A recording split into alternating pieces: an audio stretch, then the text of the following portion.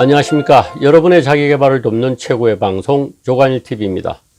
오늘 방송 주제는요, 우리가 세상 살면서 결단을 내려야 할 때 확실하게 결심하는 법에 대해서 말씀을 드리겠습니다.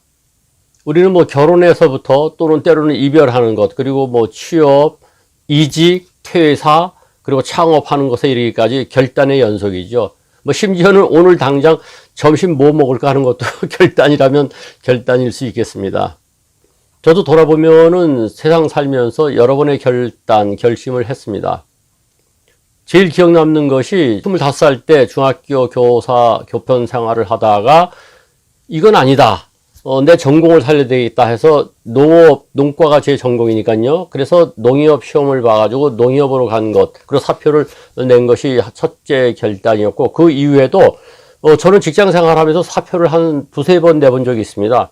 기억에 남는 것은 강원도 정무부지사를 할 때에 여러 군데에서 무슨 여론조사라든가 이렇게 분위기에 휩쓸리는 게 있습니다. 그래가지고 춘천시장에 출마하라 해서 제가 춘천시장 선거 전에 뛰어든 적이 있죠. 그 이후로 이제 이상하게 정치판에 휩쓸리면서 국회의원에 뛰어든 적이 있고, 그리고 강원도지사 선거 전까지도 해봤습니다. 그래서 제가 우스갯소리로 그런 얘기하죠. 내 그랜드 슬램을 달성했다. 물론 실패한 것의 그랜드 슬램입니다.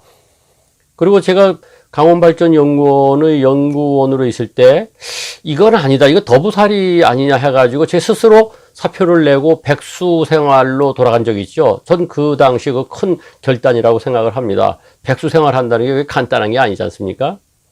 그런데 그 결단을 할 때마다 저 나름대로의 원칙과 방법이 있습니다. 정말 얼마나 망설여집니까? 한번 삐끗하면은 나락으로 떨어지는데요. 과연 이 상황에서 어떻게 할 것이냐, 이것을 할까 말까, 이렇게 망설여질 때 저 나름대로 그 결단하는 요령이 있었는데, 그걸 나중에 이렇게 보니까 어느 책, 즉 혼창통이라는 책 아시죠? 그 혼창통이라는 책에 보니까 제가 썼던 방법이 하나의 이론화 되어 있더라고요. 저는 그걸 모르고 저 나름대로 궁리해가지고 썼던 방식이 그 혼창통에 나오는 방식으로 보면은 후회 최소화 프레임워크이라 그러죠. 후회를 최소화하는 원리다, 이런 얘기입니다. 이 후회 최소화 원리라고 하는 것은 여러분이 잘 아시는 미국의 종합 쇼핑몰, 처음에는 이제 인터넷 책을 갖다가 거래하는 쇼핑몰을 시작했는데, 그 쇼핑몰 아마존의 창업자 제프 베조스의 이야기에서 나옵니다. 제프 베조스가 미국 월스트리트의 아주 잘 나가는 헤지펀드 회사의 부사장으로 38살 때 있었습니다. 38살 때 그 잘 나가는 회사의 부사장이 된 거죠. 근데 고민에 빠진 거예요. 과연 이 생활을 계속 할 것이냐. 그러다가 이제 아이디어가 떠올라서, 나는 책을 인터넷에서 사고 파는 이런 회사를 창업해야 되겠다, 이렇게 생각을 했죠.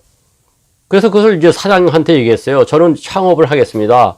그러니까 베조스를 아끼는 사장이 산책을 같이 하면서 얘기를 합니다. 떠나는 게 아까우니까요. 이 좋은 회사를 놔두고 왜 떠나느냐. 그래서 한번 48시간 좀 생각을 해봐라, 이렇게 권하죠. 사장은 아마 이렇게 생각했을 겁니다. 48시간, 이틀 정도 생각하다 보면은 떠나겠다는 생각을 주저앉힐 거다, 이렇게 생각을 했겠죠. 그런데 그때의 제프 베조스는 어떤 생각을 했느냐? 먼 훗날로 자기 가본 것이죠. 내가 80살이 됐을 때 오늘을 돌아보면은 과연 내가 지금 어떤 결단을 하는 게 맞을까? 이걸 생각한 것이죠. 만약 내가 여기서 내가 그렇게 하고 싶은 창업을 하지 않고 그대로 주저앉았으면 80이 됐을 때 과연 내가 이것을 후회하지 않을까? 그래서 그 후회를 최소화하기 위해서 결단 내린 것이 창업이죠. 다시 저희 이야기로 돌아갑니다. 저도 그렇게 결단했었습니다.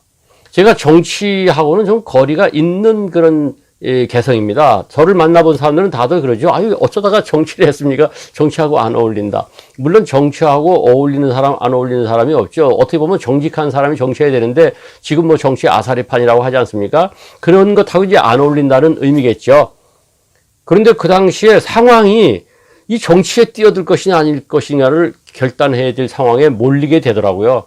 그때 제가 한 것이 바로 그 책에서 얘기한 후회 최소화 프레임워크하고 맞닿습니다. 제가 어떻게 생각했느냐? 꼼꼼히 생각했어요. 과연 이 정치할 것이냐 말 것이냐. 가족 중에서도 말리는 사람도 있고 한바탕 해보라는 사람도 있고 친구 중에서도 야 하지 말라는 사람이 있고 하라는 사람이 있고 정말 오직 외로운 결단을 자기가 해야 됩니다. 그때 제가 그 책을 보지 않고 혼자 생각한 것이 뭐냐?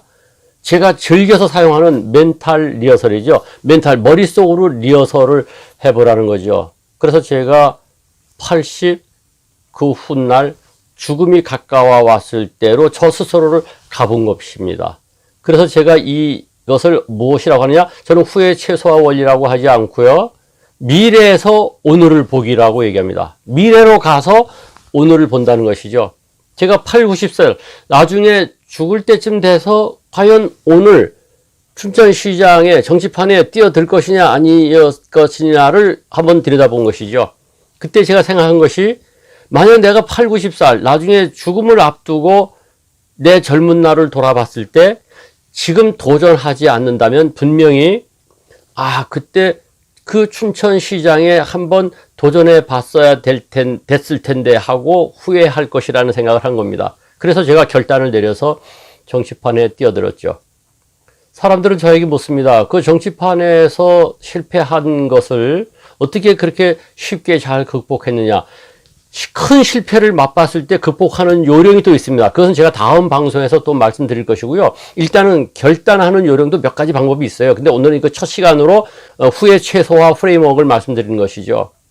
그래서 저는 지금 그 도전에 실패했던 것을 절대 후회하지 않습니다. 왜냐? 제가 도전해서 실패했지 않습니까? 그런데 만약에 제가 훗날에 가서 도전을 하지 않았다면은 분명히 죽음을 앞두고 이렇게 생각할 것입니다.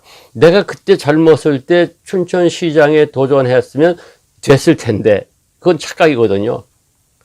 저는 제가 도전해서 내 능력으로는 되지 않더라는 것을 확인한 것도 인생에서 소중한 자산이라고 생각합니다. 정말 전 후회하지 않습니다. 그걸 후회하지 하는지 안 하는지를 가장 잘 아는 사람은 바로 옆에서 지켜보고 있는 제 가족들이죠. 여러분 자신에게 이제 돌아가 보시죠. 과연 이 결혼을 할 것이냐 아니면 안 할 것이냐. 이 여자친구 남자친구와 헤어질 것인가 아닐 것이냐.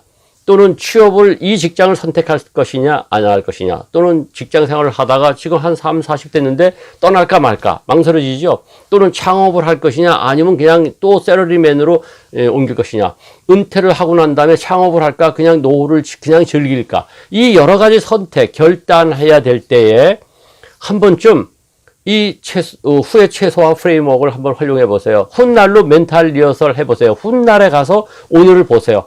과연 내가 죽음을 앞두고 노후가 됐을 때, 아주 늙었을 때 오늘 이 결단한 것을 또는 안 한 것을 후회할 것인가 안 할 것인가를 판단하면은 여러분의 결심을 하는데 큰 도움이 될 것입니다.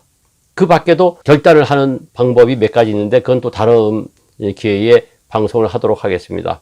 어떻습니까? 괜찮았습니까? 괜찮았으면 구독 눌러주시기 바랍니다.